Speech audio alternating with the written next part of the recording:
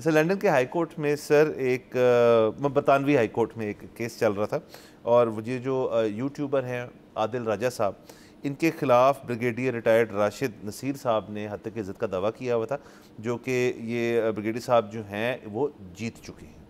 और इसको जीतने के बाद एक बड़ा तारीख़ी फ़ैसला जो है वो इन जज साहब ने ब्रिगेडियर साहब के हक़ में दिया, जिसमें वो कहते हैं कि 50,000 पाउंड जो हैं, जो कि 2 करोड़ रुपए बनते हैं, वो आपने जुर्माने के तौर पे और हर्जाने के तौर पे देने हैं, और 3 लाख पाउंड यानी कि तकरीबन 11 करोड़ पाकिस्तानी रुपए जो हैं आपने देने हैं, जो आपकी अदालती जो अखराजात हुए हैं उसकी मद में देने हैं। तो सर ये टोटल जो ये रकम है 12-13 करोड़ रुपए, अब ये आदिल रजा साहब को अदा करनी पड़ेगी। ये फ़ैसला एक इंटरनेशनल कोर्ट का है। आदिल रजा साहब, मुझे ये भी पता है कि वो पाकिस्तान में नहीं होते, वो मेरे ख्याल में बरतानिया ही होते हैं। तो इन मामलात से बचना हटना जो है ये कोई इतनी आसान चीज़ नहीं होती। उनका अदालती निज़ाम जो है वो बड़ा एक मुख्तलिफ़ किस्म का है और उसमें बड़ी सख्ती होती है। एक तो ये बात होगी।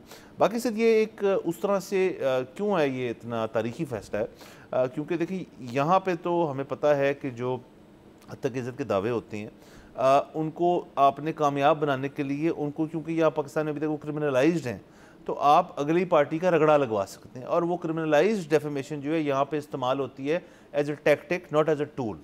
किसी ने अगर इतने सालों से ये क्रिमिनलाइज्ड तरह से इसको टैक्टिक के तौर पे यूज़ किया जा रहा है, तो इसको लोग भूल ही गए हैं कि इसको सही तरह से इस्तेमाल कर। जैसे किसी के ख़िलाफ़ अगर असल में डेफेमेशन हुई है, वो शख्स अदालत में जाके तो मेरे ख्याल में 7-8 साल फंसा ही रहेगा और फिर भी कोई फ़ैसला नहीं आएगा, एंड में सुलह सफाई होगी।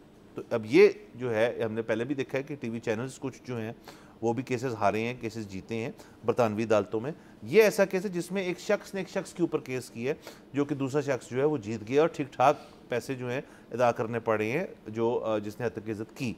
तो ये इस लिहाज से तारीख़ी है कि यहाँ पर एक एवेन्यू खुल गई फिर उन लोग जो ज़राए रखते हैं कि वो जाके बरतानवी अदालत में केस कर सकते हैं। जी सर, मुझे इस फैसले पे बैक वक्त खुशी और गम है।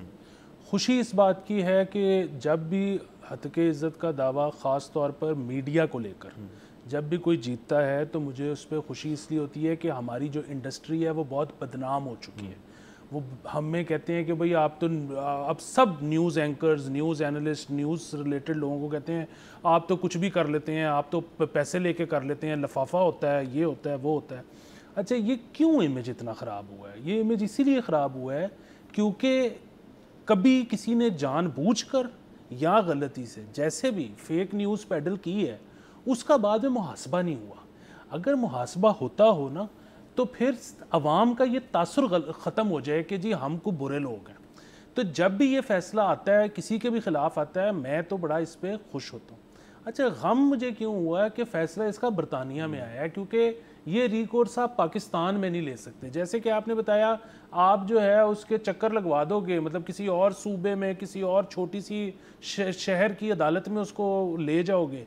लेकिन ये जिस तरह आप कह रही हैं 7-7, 8-8 साल केस चलता है, तो जिसने केस किया हुआ है वो खुद भी तो उसमें, उसके भी तो चक्कर लगते हैं ना।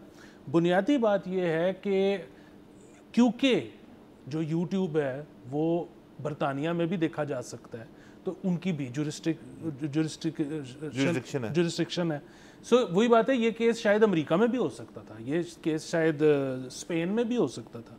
बुनियादी बात यही है कि पाकिस्तान में क्या मसला है कि ये नहीं हो सकता। पाकिस्तान में क्यों हमेशा स्टेट यही रिकोर्स लेने की कोशिश करती है कि ऐसा करो कि या तो पूरा का पूरा वो प्लेटफॉर्म बंद कर दो, या फिर इन तमाम लोगों पर यूट्यूब पर शो करने पर ही पाबंदी लगा दो। भाई होना तो ये चाहिए कि आप ज़्यादा से ज़्यादा इनकरेज करें कि हाँ जी करें आप शो, क्योंकि जिस दिन आपने कोई गलत बात कर दी उस दिन हम आपसे पैसे तो निकलवा ही लेंगे।